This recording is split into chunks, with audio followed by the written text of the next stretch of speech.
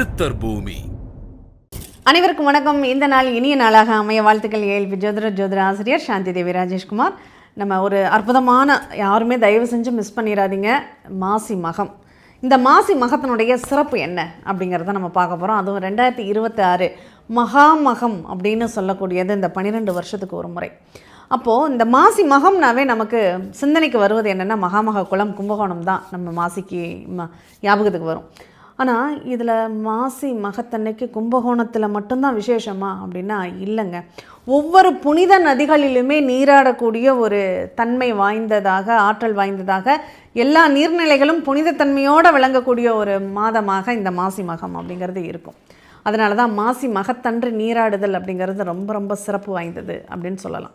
இதோட இந்த மாசி மகத்தினுடைய மற்றொரு விசேஷம் என்ன அப்படின்னா, பார்வதி தேவி தக்ஷன் மகளாக அவதரித்த அற்புதமான ஒரு நாள் அப்படிங்கிறது இந்த மக நட்சத்திரமும் பௌர்ணமியும் சேர்ந்த மாசி மக நாள்.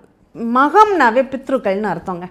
இவங்களுடைய அதிதேவை, மக நட்சத்திரத்தின் அதிதேவதை யார்? பித்ருக்கள். இந்த பித்ருகளுக்கு, முன்னோர்களுக்கு வழிபடக்கூடிய ஒரு நல்ல நாள் அப்படிங்கிறது இந்த மாசி மாதம். சரி, இதில் உள்ள ஒரு விசேஷம் என்ன தெரியுமா?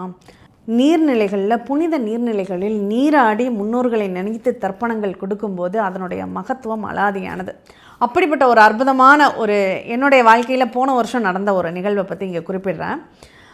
நாகப்பட்டினம் மாவட்டத்தில் மேலவாஞ்சூர் அப்படின்னு ஒரு ஊர் உண்டு. அங்கே காந்தியாயினி அம்மன், பச்சைவாளி அம்மன் அருள் சக்தி பீடம் உண்டு.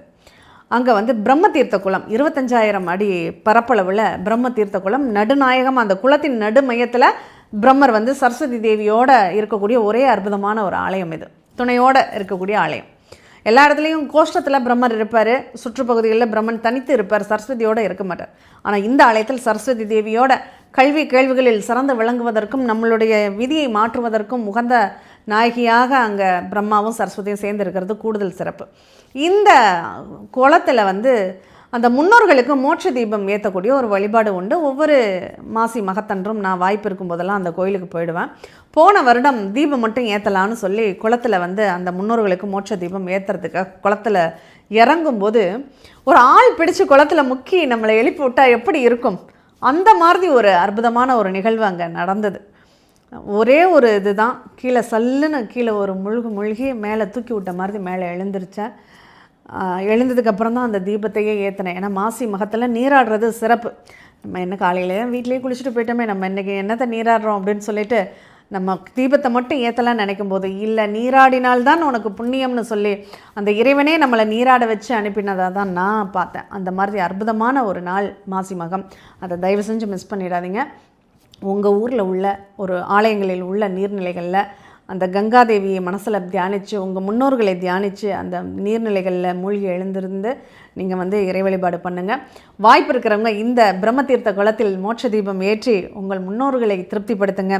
நம்ம வாழ்க்கையில் நிறைய விஷயங்கள் நமக்கு தடையாகுது, என்ன காரணம்னு தெரியலை, பித்ரு சாபம் இருக்கா, முன்னோர்கள் சாபம் இருக்கா, எதெல்லாம் இருக்குதுன்னு எனக்கு தெரியலைங்கிறவங்களுக்கு ஒரு அற்புதமான மாதம் தான் இந்த மாசி மகம். இதை மிஸ் பண்ணிடாதீங்க. சரி, கூடுதலாக இந்த வருடம் 2026 மாசி மகம் 2ஆம் தேதியிலேயே ஆரம்பிச்சிடுது. 2ஆம் தேதி காலையில் நட்சத்திரம் ஆரம்பித்து 3ஆம் தேதி காலை வரையும் இருக்குது. அந்த திதி, பௌர்ணமி திதி எப்போ ஆரம்பிக்குது? 2ஆம் தேதி சாயந்தரம் ஆரம்பித்து 3ஆம் தேதி சாயந்தரம் வரையும் அந்த திதியானது இருக்குது. அதனால் 2, 3 வாய்ப்பு இருக்கிறவங்க 2ஆம் தேதியோ அல்லது 3ஆம் தேதியோ போய் நீங்கள் நீராடி அந்த இறைவனை வழிபாடு பண்ணுங்கள். உங்கள் முன்னோர்களை மனதார கும்பிடுங்க. தையில் தவறாமல், ஆடியில் அசராமல், மாசியில் மறக்காமல் நம்ம முன்னோர்களை நினைக்கணும்னு சொல்கிறது. இந்த மாசியில் மட்டும்தான் பௌர்ணமிக்கும் சிறப்பு, முன்னோர்களை வழிபடுவதற்கு அமாவாசைக்கும் சிறப்பு. மாசி அமாவாசையை மகாலயபட்சம்னு சொல்லுவோம். இந்த மாசி மகம் அப்படிங்கிறது பௌர்ணமியை ரொம்ப சிறப்பாக கொண்டாடுறோம். அதனால் இந்த வாய்ப்பை அமாவாசையில் தவற விட்டவங்க கூட இதில் தவற விட்டுறாதீங்க. கண்டிப்பாக உங்கள் முன்னோர்களை கும்பிடுங்கள். உங்களுக்கு எல்லா விதத்திலும் நன்மைகள் நடக்கும். நன்றி, வணக்கம். சித்தர் பூமி.